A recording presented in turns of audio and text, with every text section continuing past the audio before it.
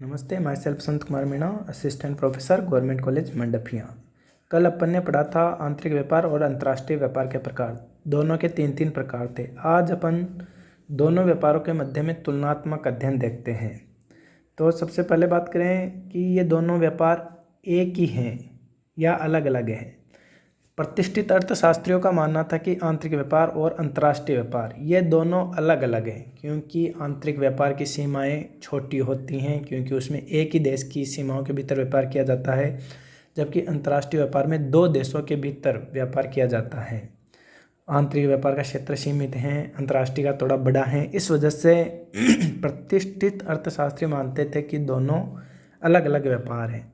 लेकिन इसके विपरीत स्वीडन के एक अर्थशास्त्री थे बर्टिल ओलिन। इनका मानना था कि अंतर्राष्ट्रीय व्यापार आंतरिक व्यापार का ही एक बड़ा रूप है। ये कहते थे या इनका मानना था कि अंतर्राष्ट्रीय व्यापार अंतर क्षेत्रीय व्यापार की ही एक दशा है, क्योंकि जिन कारणों से आंतरिक व्यापार होता था या आंतरिक व्यापार के व्यक्ति या समूह व्यापारिक कार्यों में लगे रहते थे, उन्हीं कारणों से विभिन्न राष्ट्र भी व्यापारिक कार्यों में लगे रहते थे। तो इन दोनों व्यापारों का उद्देश्य एक ही रहता है। इस वजह से इनका मानना था कि व्यापार का आधार भौगोलिक क्षेत्र होना चाहिए, न कि राजनीतिक क्षेत्र, क्योंकि सीमाएं तो बदलती रहती हैं। इस वजह से यह कहते थे कि अंतर्राष्ट्रीय व्यापार अंतर्क्षेत्रीय व्यापार की ही एक विशिष्ट दशा है, उसी का एक बड़ा रूप है। अब अपन आगे डिस्कस करते हैं कि आंतरिक एवं अंतर्राष्ट्रीय व्यापार में क्या समानताएं हैं। पहली, दोनों में समानता है वस्तु एवं सेवाओं का लेन देन। आंतरिक व्यापार में भी वस्तु एवं सेवाओं का लेन देन होता है, अंतर्राष्ट्रीय व्यापार में भी वस्तु एवं सेवाओं का लेन देन होता है। दूसरा है ऐच्छिक सौदे। हालांकि कुछ गवर्नमेंट कुछ नियंत्रण करती है, लेकिन फिर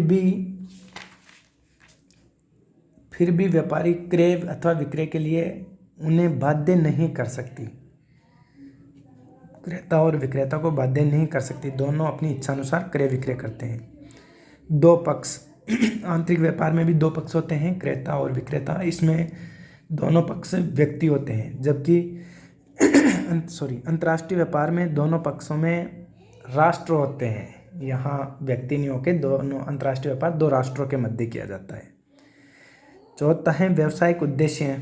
दोनों व्यापारों का उद्देश्य व्यवसाय करना है, व्यवसाय करके लाभ कमाना है। ये दोनों व्यापारों का उद्देश्य है। आंतरिक व्यापार का उद्देश्य भी यही है, अंतर्राष्ट्रीय व्यापार का भी उद्देश्य है। क्रियाओं की समानता। दोनों व्यापारों में की जाने वाली क्रियाएं पहले से निर्धारित कर ली जाती है, जैसे वस्तु की किस्म, मात्रा, मूल्य, भुगतान की तिथि, भुगतान की अवधि, सपुर्दगी की तिथि, परिवहन, बीमा आदि सभी बिंदुओं पर पहले से ही निर्णय ले लिया जाता है कि किस प्रकार ये संपादित होगी। आंतरिक व्यापार में भी ये क्रियाएं काम में ली जाती है, अंतर्राष्ट्रीय व्यापार में भी ये क्रियाएं काम में ली जाती है। अगला बिंदु है व्यापारिक सेवाओं की समानता। व्यापारिक सेवाएं भी समान ही हैं, आंतरिक व्यापार में भी वही है, अंतर्राष्ट्रीय व्यापार में भी वही हैं, जैसे यातायात के साधन, बैंक, बीमा कंपनियां, गोदाम, ये सब। इन सब सुविधाओं के बिना न तो आंतरिक व्यापार सही संचालित हो सकता है और न ही अंतर्राष्ट्रीय व्यापार सफल संचालित हो सकता है। अतः ये क्रियाएं दोनों व्यापार के लिए आवश्यक हैं, चाहे वो आंतरिक व्यापार हो चाहे अंतर्राष्ट्रीय व्यापार हो।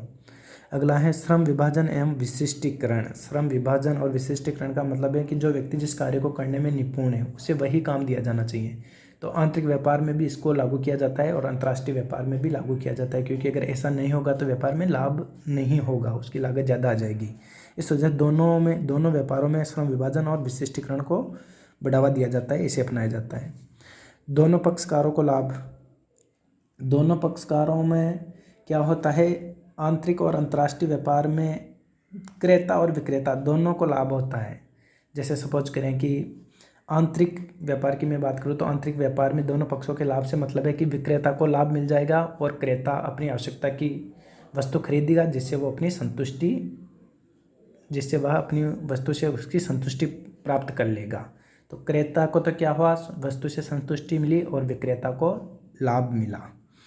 वैसे ही अंतर्राष्ट्रीय व्यापार में बात करें तो एक राष्ट्र को आयात करने से, किसी वस्तु का सपोज करो वो आयात करता है तो उससे उस वस्तु की उपलब्धता प्राप्त हो जाती है या उस वस्तु का उपयोग ले सकता है, तो दूसरे राष्ट्र को उसके एवज में मनी प्राप्त होती है तो उसको फाइनेंशियल प्रॉफिट होता है। तो इसमें क्या है, दोनों पक्षकारों को लाभ होता है।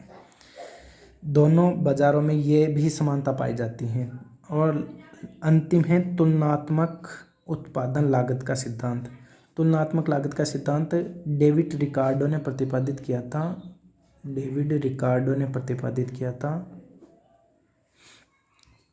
ये इस सिद्धांत के अनुसार ये सिद्धांत भी दोनों प्रकार के व्यापारों में समान रूप से लागू होता है। ये सिद्धांत क्या कहता है कि एक देश कम लागत वाली वस्तु उस क्षेत्र या उस देश को भेजता है जहां उसकी लागत अधिक होती है। ये आंतरिक व्यापार में भी लागू होता है और अंतर्राष्ट्रीय व्यापार में भी लागू होता है, क्योंकि ये सब अपन देखते हैं कि जिस वस्तु की कॉस्ट ज़्यादा आती है वहाँ वस्तु आयात की जाती है या कम लागत वाली वस्तु को उस क्षेत्र में भेजा जाता है जहाँ उसकी लागत अधिक हो। धन्यवाद।